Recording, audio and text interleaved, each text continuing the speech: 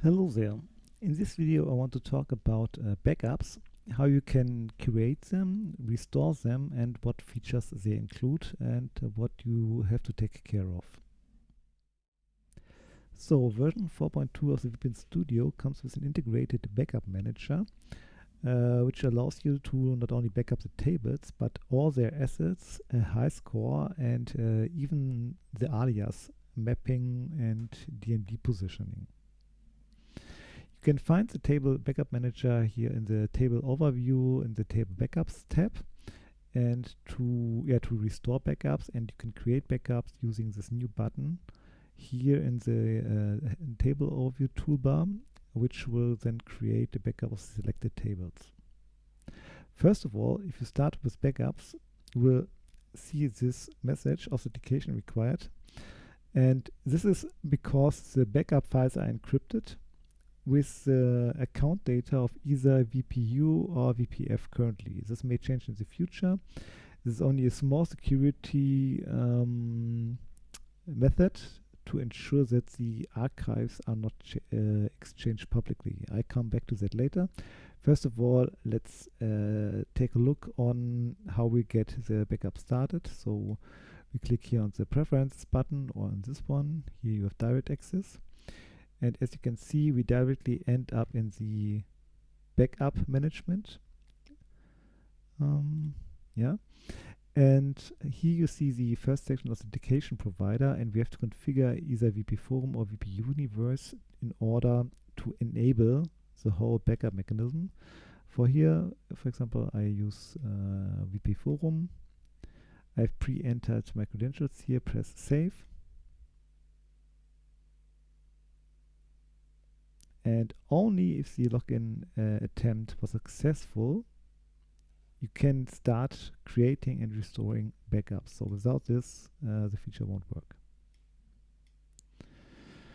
So one step back again. Other settings here in the backup settings are the backup folders.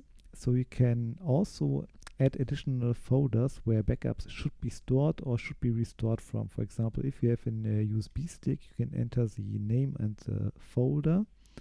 And once you plug in the USB stick, you can also restore archives or backups from this device. Here, the default backups folder is only always available, and as you can see, you cannot delete it. So this is hard-coded, and it is inside the server and stored in the folder, subfolder resource is VPA, and VPA is here the abbreviation for visual-pinball archive. So let's head back to the table backups overview. As you can see, I have already created the backup of AC/DC. You see the size, you see the creation date, and more interestingly, you see all assets that have been stored for it in this table overview. And here on the right sidebar, you have the same summary again. In addition to that, also the file size. So it gives an overview what is inside this archive and what additional data also is stored. For example, here we have also stored the Windows registry entries, and these are especially interesting because if you have, for example, built identical cabinets, you can this backup will also restore the position of the DMDs, which is of course a nice thing to have. Also interestingly, the high score data will be backed up, so the existing backup mechanism for the vpin-studio is also applied for these backups. And also very nice that if you have defined an alias mapping, the alias mapping will be defined or will be saved as part of the table details here. So if you restore the backup, the alias entry will be automatically added to the vpin marmer. So that's basically all about this table backups view. Let's start. Let's just create a simple backup. For example, I select the table 300 here. As you can see, most of my tables here are not really properly set up because it's my development environment. Let's select 2. I press the backup button.